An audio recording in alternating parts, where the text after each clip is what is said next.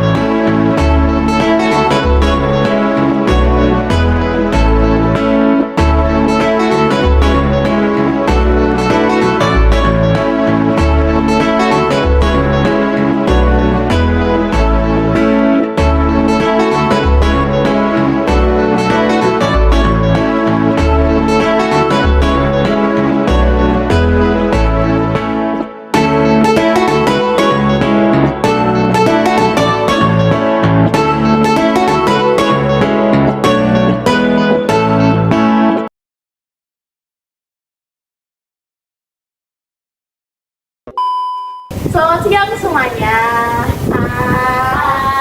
Oke, pada kesempatan hari ini kita sedang berkunjung ke Museum Frederiksberg untuk berbincang-bincang nih tentang atraksi apa aja yang ada di Museum Frederiksberg dan tentang manajemen destinasi yang ada di Museum Frederiksberg. Nah, pada hari ini kita bersama Mbak siapa? Mbak Noi yang akan mendampingi kita untuk mempelajari lebih lanjut tentang Museum Frederiksberg. Baik, selanjutnya kami juga tertarik untuk membahas lebih lanjut mengenai atraksi wisata. Selanjutnya ada atraksi apa lagi? ada banyak kalau teman-teman dan pengunjung masyarakat berkunjung ke Museum Frederiksberg, ada banyak hal yang bisa dinikmati, ada banyak hal yang bisa dipelajari. Yang pertama, kita mulai dari depan dulu. Di depan kita punya background halaman yang memang kita desain, kita rancang untuk anak-anak. Jadi museum ini juga tidak hanya untuk orang-orang dewasa, tapi juga untuk anak-anak. Di museum ini hanya kita melihat taman masuk ke depan, nanti pengunjung di awal mengenal lebih dalam museum Frederiksberg. Kita ada ruang pengenalan yang kita sajikan kepada pengunjung. Kita menggunakan 2 video profil tentang museum dan sampai akhirnya menjadi seperti sekarang. Kita ada di ruang pengenalan. Ya, nanti masuk ke dalam kita dapat ruang pameran utama dari sampai 4.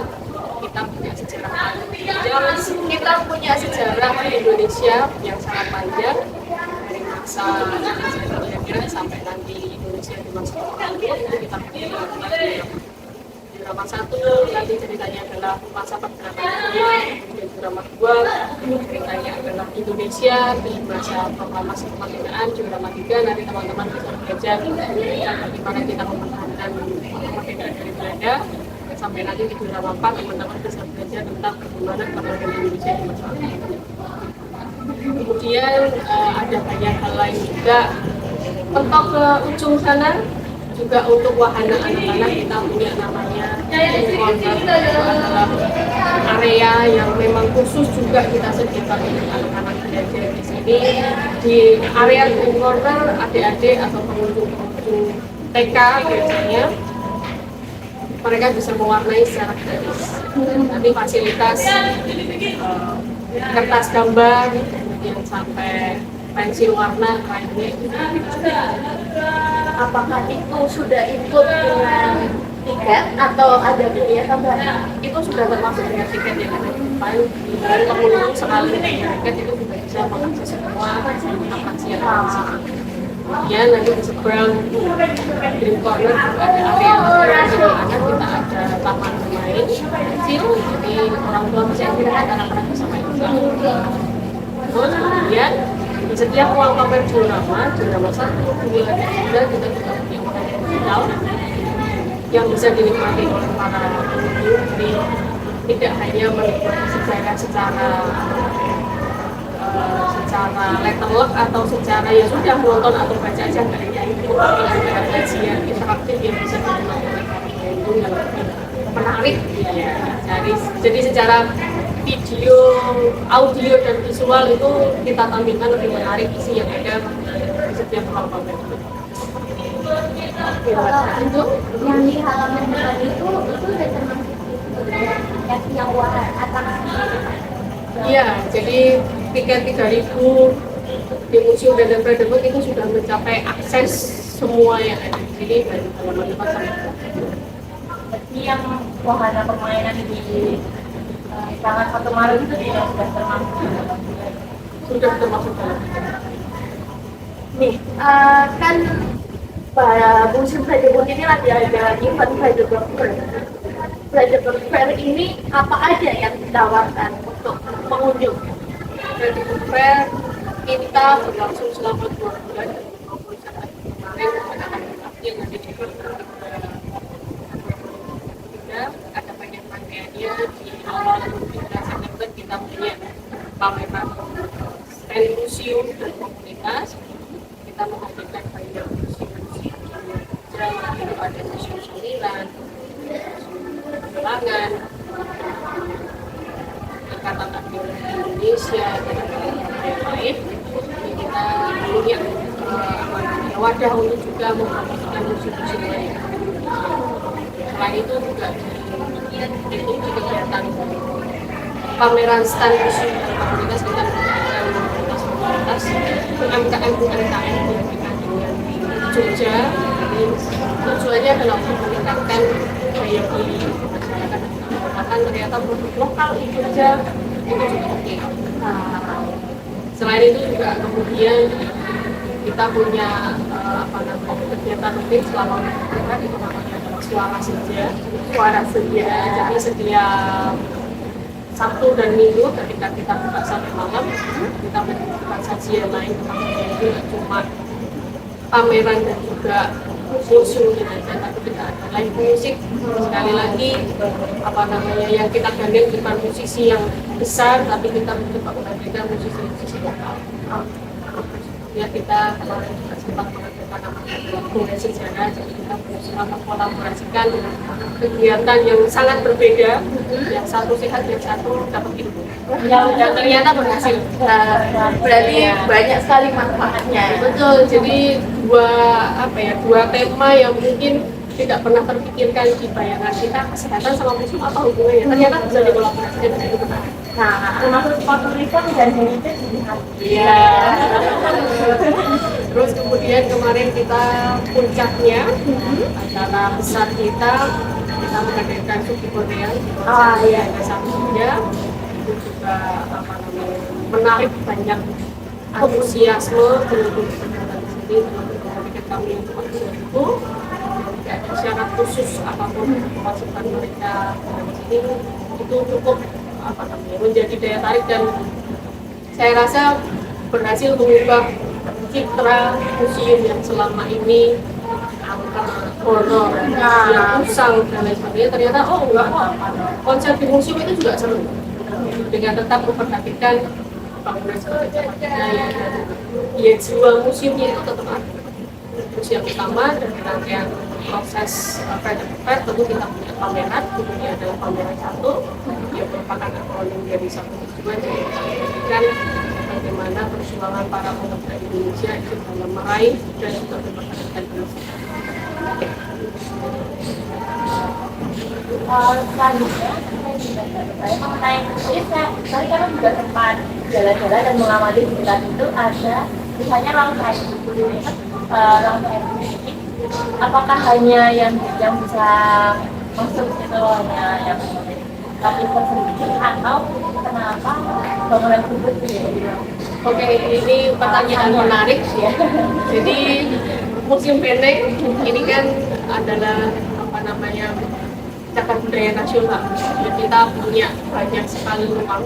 Jadi Benteng ini dulu sejarahnya kan adalah komplek tempat tinggal juga para tentara Belanda yang ada di sini. Makanya ketika pengunjung datang ke sini akan ada banyak ruangan yang bisa ditemui. Dan setiap ruangan itu kita fungsikan dengan macam-macam.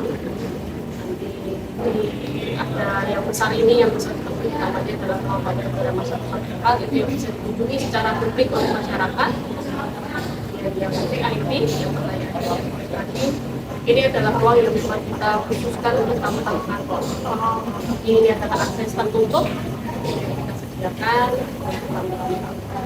Lalu ada banyak ruang lagi, ada Sultan Agung yang sekarang jadi lokasi pameran, dan kita ada ruang audiovisual, itu adalah ruang-ruang besar publik yang bisa dimanfaatkan secara umum oleh masyarakat dengan perizinan. Untuk perizinan nih, syarat-syarat apa aja yang diperlukan untuk memenuhi atau kita bisa menikmati fasilitas tersebut? Untuk perizinan lokasi di Museum Benteng teman-teman atau publik itu cukup membawa surat izin kegiatan aja dan meminjam tempat. Sama nanti mungkin ada sedikit proposal tentang kegiatan yang diselenggarakan. lalu untuk di ruang Di dalam ruang VIP hanya ada satu ruang, terus ada satu set sofa yang udah hanya paling dekat itu, karena memang fungsinya tujuannya hanya untuk tamu ya, kantor, tamu-tamu penting kantor terlalu yang bebas atau besar yang bisa diakses sama. untuk selanjutnya mungkin ada satu lagi pertanyaan. Benteng ini kan juga ada lantai atas ataupun misalnya juga ada lantai atas itu bisa difungsikan atau memang tidak? Bisa difungsikan, jadi kalau teman-teman kesini yang disebutkan oleh Evelyn, bangunan itu namanya adalah gedung D. Tadinya sebelum COVID itu bangunan D di lantai bawah itu digunakan sebagai kafe. Tapi kemudian karena regulasi dari pusat, dari pemerintah pusat, akhirnya dibiarkan kafenya kami tutup. Nah, sementara kalau di yang belakang yang sama dengan bangunan tingkat itu apa namanya, nama gedungnya yang di lantai 2 namanya Ruang Sultan Agung, kalau yang bawah namanya dari Junan Empat. Nah, yang atas untuk Ruang Sultan Agung itu mungkin pembahasan di generalnya itu adalah apa ya, gedung serbaguna. Jadi ya sudah, luas panjang itu biasanya sedang tidak dipakai atau tidak sedang dipinjam oleh masyarakat, itu kita pakai di pameran. Ternyata kalau zaman tempat di gedung Ruang Sultan Agung itu seminar, pameran, sempat juga dipakai apa mos, sekolah dan Baik, jadi seperti itu ya teman-teman untuk atraksinya. Kita akan lanjut ke baik teman-teman. Kita selanjutnya kita akan menanyakan lebih lanjut nih mengenai aksesibilitas. Apabila teman-teman sendiri ataupun wisatawan tidak mengunjungi ke Benteng Bredebel, untuk Kak cara pengunjung ataupun wisatawan dalam berkunjung ke Benteng Bredebel menggunakan apa atau aksesnya bagaimana? Benteng Bredebel ini sangat diuntungkan dengan letaknya yang sangat strategis di jalur kota Yogyakarta. Betul banget. Mau akses dari mana aja, utara, timur, selatan, barat itu bisa. Transportasinya mau apa aja juga bisa. Yang pertama sudah pasti kalau menggunakan kendaraan pribadi, mobil atau motor, teman-teman itu ketika menuju ke Museum Benteng bisa parkir kendaraan. Setahu saya, sepeda yang saya tahu pemerintah kota Yogyakarta itu sudah menyediakan beberapa kantor parkir yang menggunakan antara Museum Benteng ini ada Taman Parkir Binarjo, ada Taman Parkir di sebelah sini apa namanya, di Polres, kemudian di sini ada di Taman Sriwijaya, di KTPY, kemudian ada di Tempat BI. Kemudian kalau itu untuk mobil dan motor ya, untuk apa, kendaraan pribadi. Kalau teman-teman yang rombongan kalau bis, study tour bisa parkir di Taman Parkir Napean, kemudian sama di parkir di sini. Itu kalau untuk yang rombongan besar. Dan kalau yang mau backpackeran, ada transportasi umum itu juga gampang. Sudah pasti yang pertama menggunakan ojek online, itu dimanapun kapanpun bisa, kapanpun bentuknya, tinggal langsung ngomong aja Museum Benteng Bredebel, iya itu sudah langsung pasti tepat di depan gerbang. Itu yang pertama. Kalau kemudian naik transportasi itu kayak apa namanya, Jogja, sudah pasti turunnya juga ada di shelter Museum Benteng. Dari mana pun juga bisa. Kalau teman-teman yang dari luar kota, dari Solo, Klaten, kemudian dari Purworejo, bahkan atau ini kalau Magelang nggak ya, jadi dari Solo, Klaten, Purworejo sudah pasti bisa naik KRL. Betul. Kemudian nanti bisa di Stasiun itu dulu. jalan kaki 1 kilometer sampai jadi sangat mudah akses ke Museum Benteng Bredebel yang dari seluruh penjuru Indonesia. Jadi rest. Nanti kita cut aja. Jadi bisa kita lihat nih, nanti kita kasih footage mana aja biar teman-teman lebih paham nih. Oh, aku kalau masuk ke Museum Bredebel nanti stasiunnya sini, kantong parkirnya situ. Jadi teman-teman sangat amat dimudahkan nih bila mana berkunjung ke Museum Bredebel ini. Jadi jangan lupa buat masukin wishlist Museum Bredebel ini ke wishlist kalian ketika berkunjung ke Yogyakarta, teman-teman semuanya. Oke teman-teman, tadi kita udah mengetahui apa aja yang ada di Museum Bredebel dan bagaimana cara kita untuk berkunjung ke Museum Bredebel. Nah, kita masuk nih ke hal krusial yang paling menjadikan penilaian dalam suatu destinasi wisata, yaitu fasilitas umum yang ada di Museum Frederiksberg. Nah, Mbak Noi, ini ada apa aja sih fasilitas umum yang disediakan Museum Frederiksberg untuk menunjang kenyamanan bagi wisatawan? Museum Frederiksberg kita sudah punya fasilitas yang lengkap untuk memenuhi kebutuhan para pengunjung, yang kebutuhan primer para pengunjung. Kita punya toilet 1, 2, 3, 4, kita ada 4 titik toilet yang bisa diakses.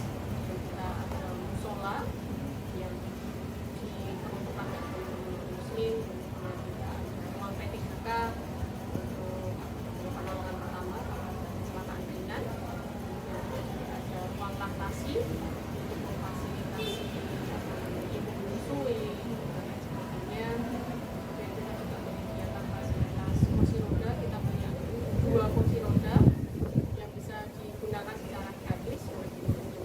Jadi tidak hanya untuk teman-teman disabilitas, tapi kalau memang ada pengunjung yang sudah sepuh mungkin atau memang ada sakit ketika sampai di sini, itu bisa dimanfaatkan secara Benar-benar lengkap ya teman-teman. Museum Frederiksberg ini sampai dari titik apa ya, sederhana, bahkan banyak sekali kepedulian Museum Frederiksberg ini berikan kepada wisatawan, sehingga ya wisatawan yang hadir di Museum Frederiksberg ini tidak perlu khawatir tentang fasilitas-fasilitas yang ada di Museum Frederiksberg. Bahkan kebersihan dari Museum Frederiksberg ini, kalau teman-teman bisa lihat, nanti kita akan kasih klip kebersihan dari Museum Benteng Frederiksberg ini sangat amat baik dan sangat amat terjaga, teman-teman. Jadi dengan suasana yang nyaman, dengan fasilitas yang lengkap, pasti teman-teman yang akan berkunjung di Museum Frederiksberg ini akan merasa sangat amat puas. Benar gak sih? Karena Museum Benteng pernah dinobatkan sebagai museum dengan pengelolaan terbaik se-Indonesia, cagar budaya, kemudian dengan museum dengan taman tercantik se-Indonesia, kemudian museum atau tempat wisata dengan kebersihan toilet paling bagus juga di Indonesia. Terus yang terakhir kita dapat penghargaan CHSE dari Kemenpora, itu adalah standar layanan pariwisata yang sudah dibuat sama pemerintah. Keren sekali ya teman-teman. Nah, tadi kan udah dijelasin nih, udah amenities, accessibility, terus ada attraction-nya. Nah, akhirnya ini ada ancillary service.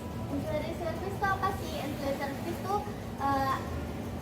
layanan tambahan yang ada di sini. Kan udah amenities-nya udah lengkap banget nih, udah pasti ada ancillary service-nya yang mendukung.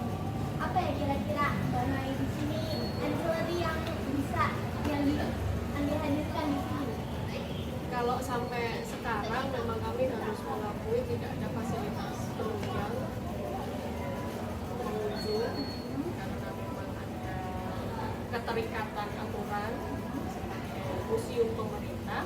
Tapi di tahun depan kami mencoba untuk memberikan banyak fasilitas penunjang untuk pengunjung, misalnya PM, kemudian kafe, kafenya yang kafenya, kemudian kantin, kemudian ada lagi di tempat kita berjalan juga akan menggunakan souvenir. Jadi pengunjung ketika masuk ke atau berkunjung itu lengkap.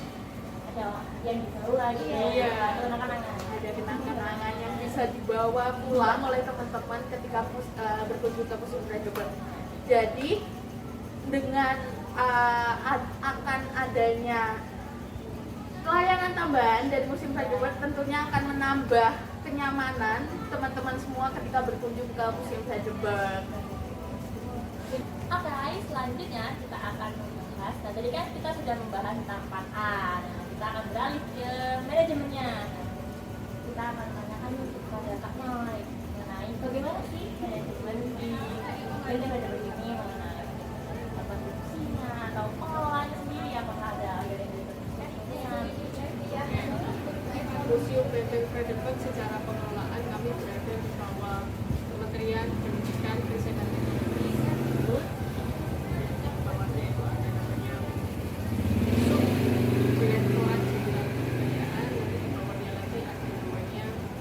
museum dan cagar budaya.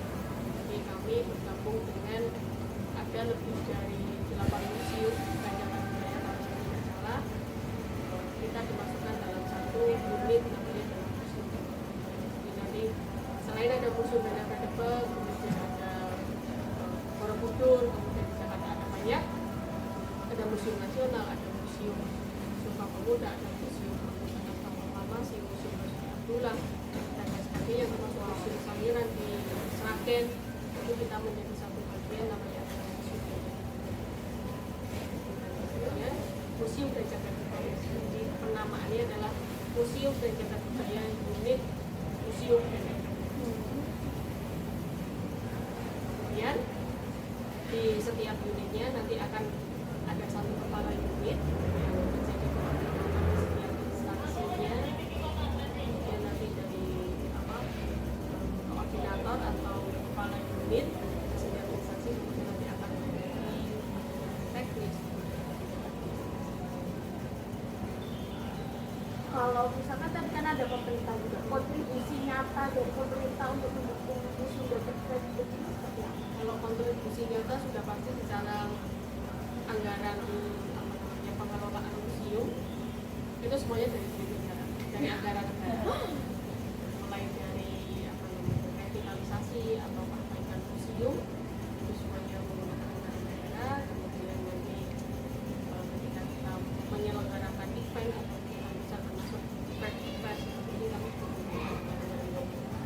Dan makanya kemudian kami berusaha untuk menciptakan museum yang wow, yang menarik, yang menampilkan museum yang modern itu seperti apa ya, karena kita sadar duit yang kita pakai, uang anggaran yang kita pakai adalah anggaran kita masyarakat. Kita tidak mau sembarangan mengelola dan menciptakan wajah museum itu seperti apa, tapi kita mau menampilkan museum yang bagus, museum yang memang misi-misinya adalah selain sebagai tempat wisata juga tempat untuk berkebudayaan masyarakat.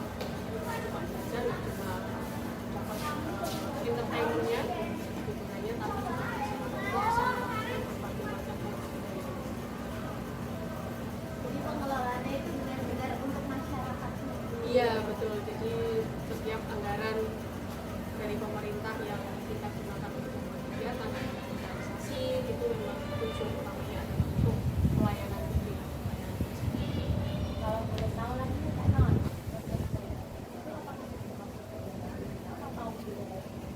Berbeda karena kami berada di bawahnya Kementerian Pendidikan, itu jadi kami tidak masuk dalam anggaran dana institut bersama. Walaupun kita ini di bawahnya Kemendikbud, di bawahnya pusat, kita memang tidak bisa memungkiri ya museum ini kan di Jogja. Ya. Tapi jadi makanya tetap kita punya kolaborasi atau hubungan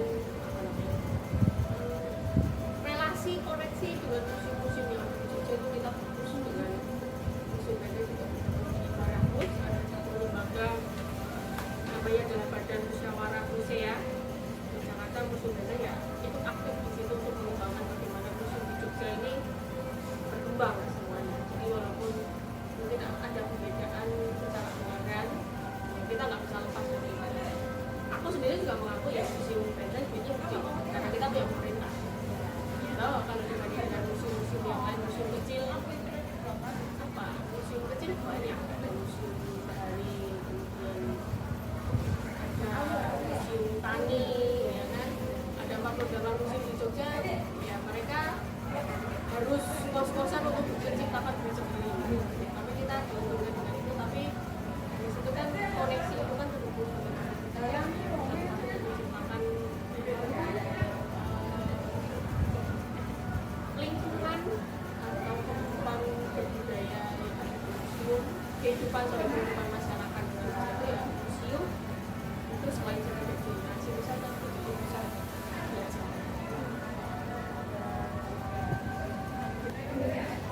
Nah, Mbak Noi, nih, sekarang kita mau bahas nih HTM untuk masuk ke Benteng Peradaban ini berapa sih? Kayak kan di pusat banget nih. Terus setahu aku di sini itu murah banget. Tapi kok bisa seworth ini? Kok bisa seworth ini? Bisa seperti ini karena itu tadi visi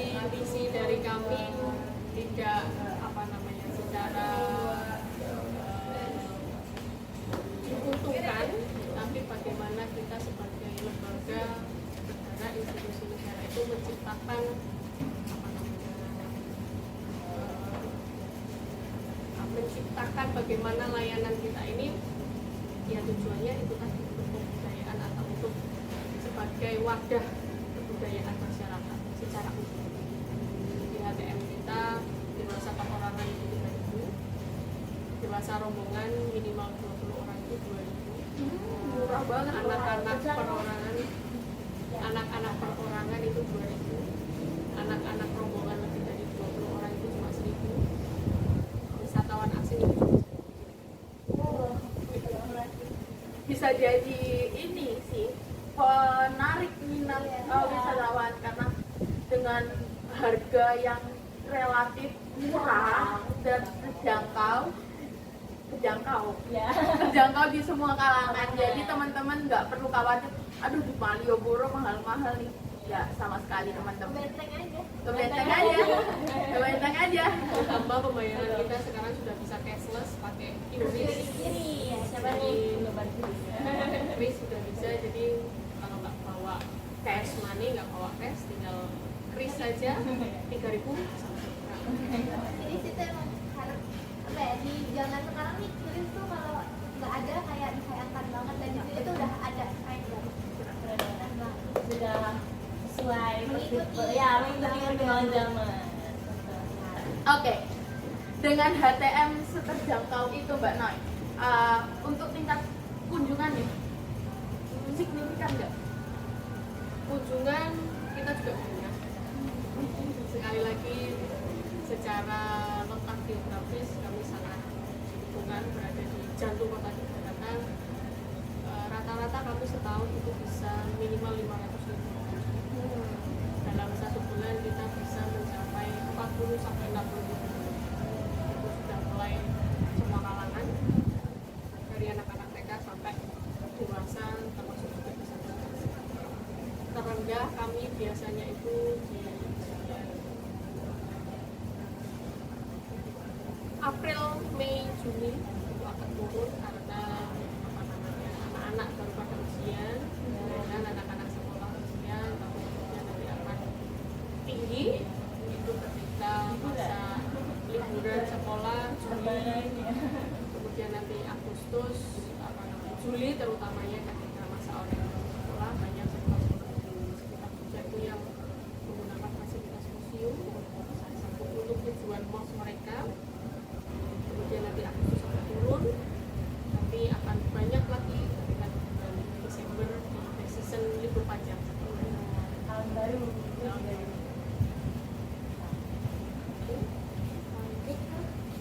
Oh ya, ngeblank dikit. Oke. Nah, tadi kan udah dijelasin nih tentang tingkat kunjungan pada low season dan high season. Nah, sebenarnya kapasitas maksimalnya dari Benteng Krajopol ini berapa sih, Mbak? Kalau kapasitas keseluruhan mampu menampung, aku pikir menurutku pribadi lebih dari 5.000 ya secara kapasitasnya, karena kemarin kita mencoba konser Suku Kurnia Putra Jember itu kita mentargetkan hanya 2.000 pengunjung, ternyata mungkin ada sekitar 3.000 pengunjung yang bisa masuk, dan itu masih sangat longgar. Itu hanya untuk lapangan. Sementara Museum Benteng Krajopol ini luasnya ada sekitar lebih kurang 4 hektar. Jadi kalau dimaksimalkan mungkin akan terjadi 5.000. Nah, ketika musim masa orientasi sekolah bulan Juli itu dalam satu hari kita bisa menampung dalam satu waktu ya, dalam satu waktu kedatangan rombongan sekolah itu kita bisa menampung sampai 1.000 sampai 200 siswa. Penuh sekali. Nanti sistemnya ada bagian untuk masuk ke sana atau Iya, jadi tidak kalau di dalam. betul. Jadi nanti kita akan melakukan manajemen pemanduan jadi yang dari sekolah dalam satu waktu itu tadi mungkin ada 3 sampai 4 sekolah yang berdiri sekaligus, SMP atau SMA. Sementara setiap angkatan anak baru mereka pasti rata-rata ada sekitar 300 sama 300 siswa kali 4 ada 1.200. 1.200 siswa yang harus kita pandu sekaligus di waktu yang sama. Itu kita harus membaginya berada di banyak titik museum biar tidak saling berhubungan sama satu sama lain. Kita tentu memberikan pelayanan yang maksimal kepada mereka, mereka tetap nyaman, kita tetap bisa bekerja sama. Kita bertanya kapasitasnya berapa, kapasitas maksimal kita itu tadi yang pertama adalah ketika konser kemarin kita bisa menampung lebih dari 2.500. Kemudian ketika MOS masa orientasi siswa dalam satu waktu itu kita bisa menampung lebih dari 1.000 orang.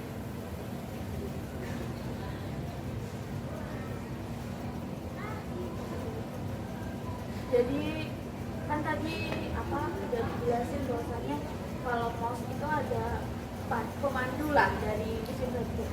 Apakah pemandu itu juga bisa disewa ke pengunjung lain seperti yang saat itu atau apa? Jadi konsep kami sebenarnya bukan pemandu. Jadi kalau pemandu itu kan ya sudah pemandu guiding aja cukup selesai. Tapi kalau kami lebih dari guiding, lebih dari pemandu, kami di sini bertugas sebagai edukator yang membuat, mengelola dan juga melaksanakan sampai nanti mengevaluasi program migrasi museum. Banyak pengunjung yang tidak tahu sebenarnya fasilitas pemanduan yang dilakukan sama edukator ini free, tidak dipungut biaya apapun, hanya memang kami tidak secara terang-terangan menyampaikan ada pemanduan. Kami memberikan fasilitas kepada pengunjung yang menggunakan pemanduan. Jadi teman-teman yang menggunakan pemanduan dari edukator itu bisa melakukan informasi di bagian layanan.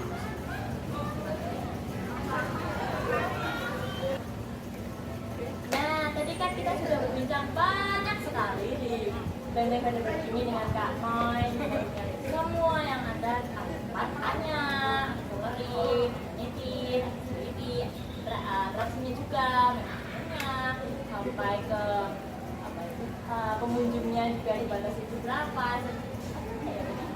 harinya ke sini juga sudah dibahas dan ya tadi banyak sekali informasi. Nah, sudah tidak terasa kita sudah berada di penghujung apa ya bincang hari ini ya. Untuk tidak terasa kita sudah di penghujung wawancara ini, bincang-bincang hari ini. Nah, oleh karena itu teman-teman, khusus ini teman-teman yang mau nonton video ini, jangan lupa untuk apa teman-teman? Datang ke Museum Radioburg untuk belajar lebih banyak tentang sejarah Indonesia, tentang banyak hal yang bisa teman-teman pelajarin, bisa banyak hal juga teman-teman bisa explore di Museum Radioburg ini. Oke. Pokoknya jangan lupa buat datang ke Museum Radioburg karena selain Selain spot museum, foto selain museum, teman-teman juga bisa menikmati suasana benteng sebagai cagar budaya dan sebagai rumah tempat tinggal dulu para tentara Belanda ketika pertama kali datang ke Jawa ini kayak apa sih. Jadi selain belajar sejarah Indonesia yang panjang, teman-teman pengunjung publik itu juga bisa menikmati suasana nostalgia bagaimana dulu Eropa ada di sini. Apalagi Museum Benteng ini berada di Jalan Malioboro yang dimana siapa sih yang ke Jogja nggak ke Malioboro? Ya, Jadi ikonik ya wajib deh datang ke Museum Benteng. Radioburg. Oke, terima kasih sudah kepada Mbak Moy yang sudah mendampingi kita untuk pada bincang-bincang siang hari ini. Terima kasih juga atas segala ilmu yang diberikan Mbak Moy kepada kami. Kami ucapkan banyak-banyak terima kasih dan mohon maaf bila mana kami ada salah kata baik disengaja maupun tidak sengaja. Semoga kedepannya nanti Museum Radioburg bisa lebih berkembang karena teman-teman perlu ketahui tahun depan Museum Radioburg ini bakal ada wajah baru yang akan menghiasi Malioboro.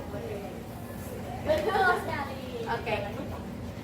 Terima kasih sudah menonton video wawancara kita hari ini. Semoga video kita bermanfaat dan sampai jumpa.